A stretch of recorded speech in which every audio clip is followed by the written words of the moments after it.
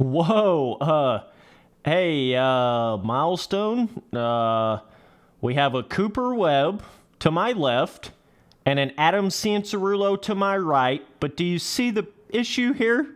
Look down here at the bottom. Oh, now it's Adam Cianciarulo, okay.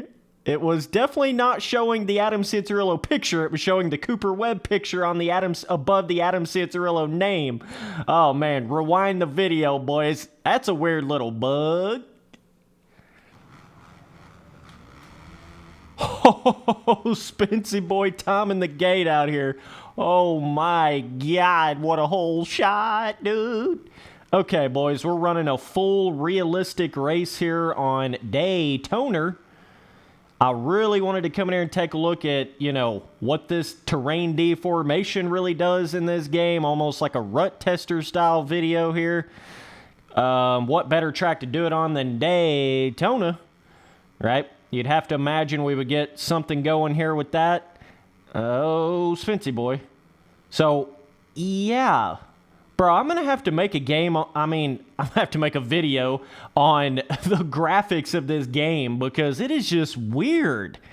There is just something weird going on here. It's like they're trying to play around with the effects where it kind of like looks like you're going into a brighter part of the track and then everything will darken and then it'll brighten up all of a sudden. I don't really know what, oh, Spency boy going for the 335,420 foot jump, okay. Oh, man. Alrighty, there we go. So, yeah, so basically this Daytona track doesn't really have any pre-made on it at all, which is a massive disappointment. So, if this terrain deformation doesn't really do anything physically, this shit's fucked, basically. So, we'll see what we got going on here. So obviously you can see visually creating the ruts in the corners. I would have to imagine it's got to be very similar to MXGP 2021's terrain deformation, which was basically like 99.99% visual. You know what I mean? It's so weird with Milestone because I feel like they update their game throughout. Obviously they update their game after the game comes out, but some things it's like kind of hard to tell if they updated this specific aspect or not. So terrain deformation kind of falls into that category right there. But yeah, as you can see, there was no pre-made ruts, no pre-made roughness. Really confused at that design philosophy. This is almost like they created this track in the sense of that this game has like amazing terrain deformation or something, that's kind of like what the track was designed by it not having any pre-made at all. Kind of makes you like wonder like why did they do that? So either way, I'm gonna get up here a little bit. We'll see what we can do. Let me actually go to the settings, race display. I don't want to see all the damn rider names. It's already off, okay. What the race information, that just shows you the position you're in. Okay, kind of cool how it shows you this little preview over here of what exact HUD thing that you're turning off or on. That's very helpful. I've not really noticed that in any of the game beforehand, but either way. All right, now we're clearing up that damn HUD a little bit. So let's see what this shit does. You know what I mean? I just have this feeling like it's not really gonna do that much. I just got that feeling, boys. But yeah, what I was saying about the graphical aspect of it, this is probably one of the worst looking Daytonas we've gotten in any Supercross game out of all of them, which is so weird. I just can't quite put my finger on what the hell is going on graphically with this game, because typically with the Milestone games, that's one of their things they've always had on point. And it's always been like an indisputable, like, this shit looks amazing, this shit's amazing graphics. But that's really not the case with Supercross 5. It's like I don't know, it's like they're trying to experiment with different kind of graphical shit or something. I just feel like this Daytona track right here is going to get so boring in this game if it doesn't really do anything rut-wise, you know? Here we are coming up on lap, like, 3.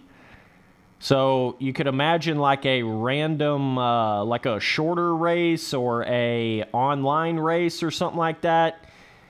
It's probably not going to do enough to do anything feeling-wise on it.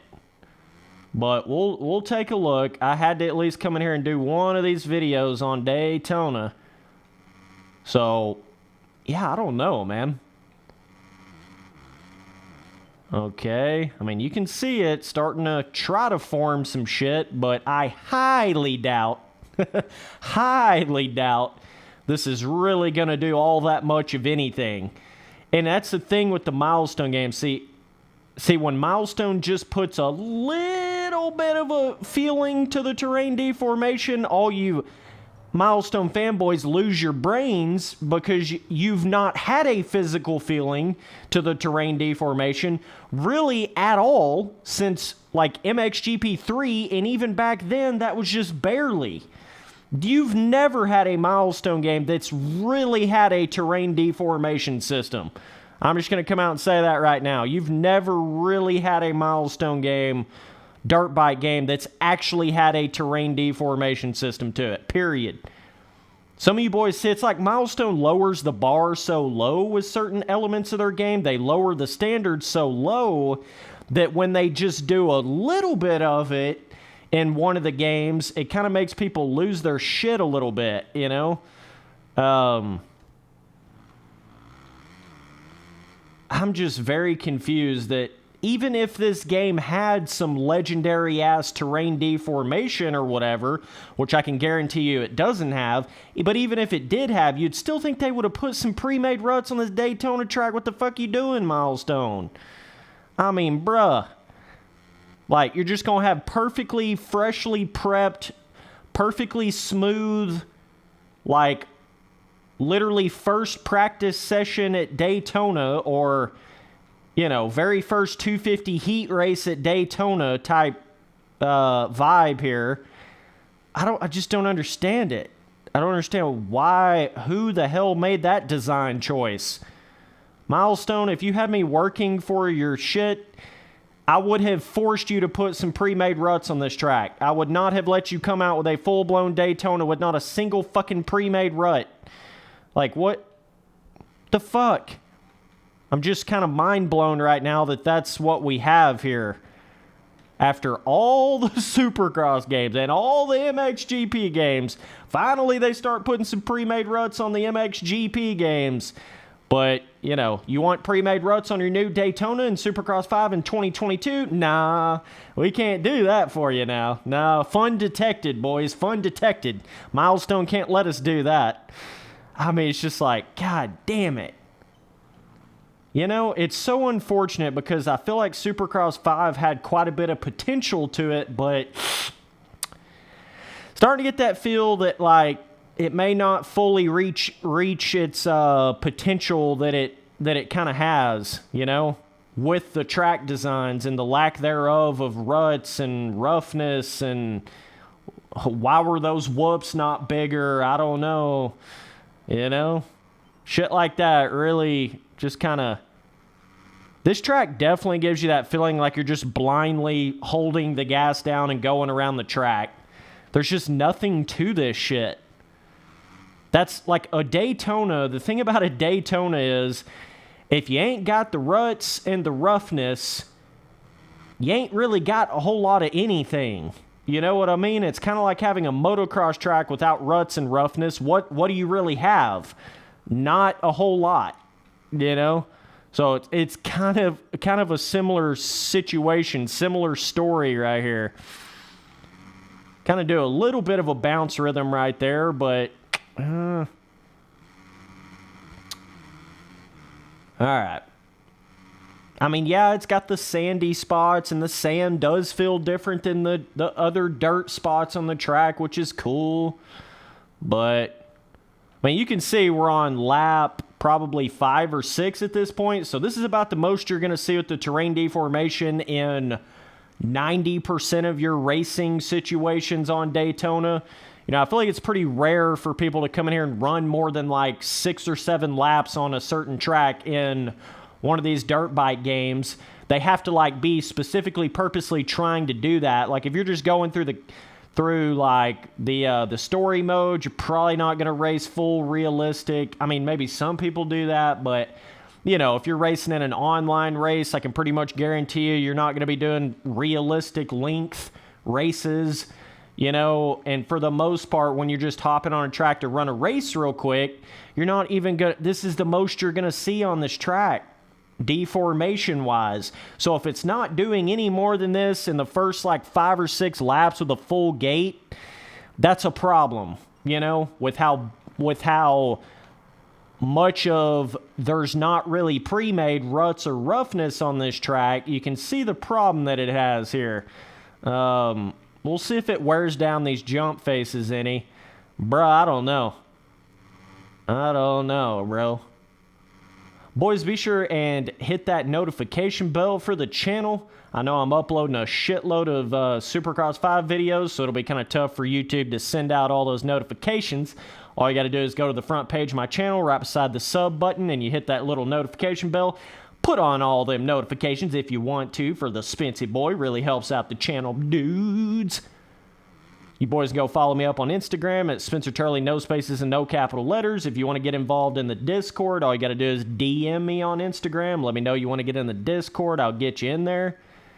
I mean, yeah, it almost looks like it's trying to, like, rut up the whoops and shit, but, you know, it's like it's trying to do it, but there's been many of Supercross games where it looks like it's putting all these ruts down on the track and it's doing all this deformation, but the real reality of it is it's really not. It's a big scam. It's a big trick. Looks like it's doing all this shit and it's really not. That is funny how Milestone kind of put that like wall, like over under bridge jump, but then you can jump super far into that next section right there. Interesting how that kind of turned out like that right there, but all right, Spency Boy coming up on the lappers. We're just wide open through this bit, you know what I'm saying, dude? There's like almost like a little braking bump before the finish line. I don't know what the fuck's going on there, but see kind of what we get going here, dudes. If I could, oh my God, Brayton. Dude, just slow me down, bro. Just slow me down, bro. This game does have a little bit of a slower pace to it overall. Like speed feeling to the game, which is interesting. This is like way slower feeling than the first Supercross game. This even feels slower to me than like Supercross 3. You know? This is definitely more of that slower vibe kind of feeling. Which it's a balance to it, obviously. You don't want it to feel like you're about to warp off to another dimension, you know, but at the same time, you don't want to feel like you're going fucking -5 miles an hour when you're wide open on a 450. I don't know if this game fully captures the speed feeling when you get going faster on a 450. That's where I'm kind of like, I don't know. Man, you can see the ruts there, but as far as feeling them, that's a different story. Okay, you kind of jump to there, and then you got to roll off that last single to then jump that triple there.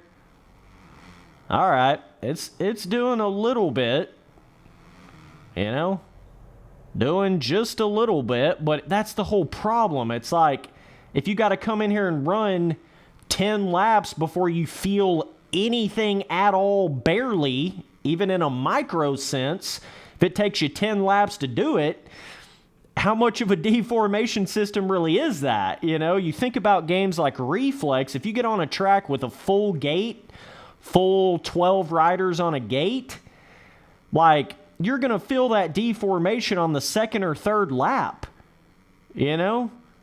So that's really the way it should be, but that's not really the way this is. at all. You know, we're probably on lap 10 here. Probably about where we are. Yeah, there's 6 minutes remaining of a 20-minute race right here. So just sort of imagine that in your head. Like, if any track was going to really rut up or show you the deformation or anything like that, it would have been the Daytona track. And it's just not really doing it, guys. It's just not really doing it, guys. I mean, it's like, how many more laps can you run on a track than the full realistic, 20-minute main event? I don't know. It's like Milestone. Like, did you come in here and test this? Did you actually play your game? Did you actually come in here and ride on this and, like, realize that, okay, your deformation is not enough to warrant having basically no pre-made of any kind on the track? If your deformation is not going to make enough of a physical feeling in a 20-minute main event, you got to do something else here. You got to put down some pre-made ruts, put some kicker character on the jump faces, put some, braking bumps going into the sand corners. You got to do something. This shit's too basic. It's too flat. It's too boring. That's all I can really think of when I'm riding around the Daytona in this game, man. Just so unfortunate that with such a big company as Milestone, there's the bigger line right there. I was trying to kind of hit that, that they wouldn't realize that. It's like, dog, come on now. Somebody over there had to have realized that. I don't know how that didn't, make it into the higher portions of the development of the game, but I have no idea. But, come on now. Come on now. But, you ain't going to grab any of these inside ruts. Like, boy, you better quit playing, boy. You ain't going to grab any of that shit. But, yeah, this is one of the more boring, least complex, kind of just on the gas, going around the whole fucking track. No ruts, no pre-made. This may be one of the worst Daytonas in any of these Supercross games. I'm just going to keep it 100 with you boys, as I always do. That's kind of where I sit with it, guys. I mean, you might be able to get the speed to jump to that table if you really get in there and tune the bike out and shit, but I mean, good Lord, would it have killed you, Milestone, to put one inside rut in some of these corners, or anywhere? Anywhere on the track, bro? That would have been kind of sick, bro. You know what I mean, dude? But they didn't do that, so yeah, this ain't really doing anything. Just to let you boys know, terrain deformation ain't really doing anything here physically, I mean, it might be affecting those jump faces just ever so fucking slightly. It might be giving you just a 1% more of a kicker feeling on the jump face. When I say 1%, I mean 1%. It's that's the way these deformation systems in all these Milestone games have been. It's always a system of, you got to run crazy amounts of laps before you can even think you might be feeling it a little bit. And then even at that, it's you kind of got to sit there and go back and forth with your head if you really did feel something deformation-wise, or if you really didn't feel something deformation. That's how low of a physical terrain deformation system it really feels like it has. I still feel like MXGP3 has more of a physical feeling than this right here. Still,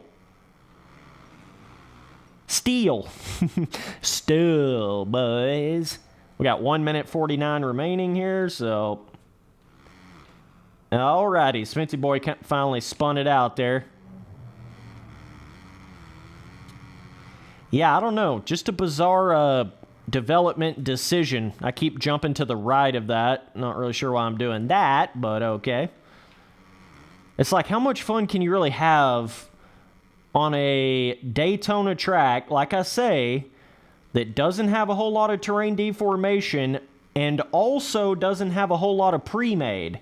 You know, this would kind of be like if you went in there on an MX Simulator RF track on Daytona and they just went out there and smoothed off everything. Like, no ruts, no roughness, no pre-made, no nothing.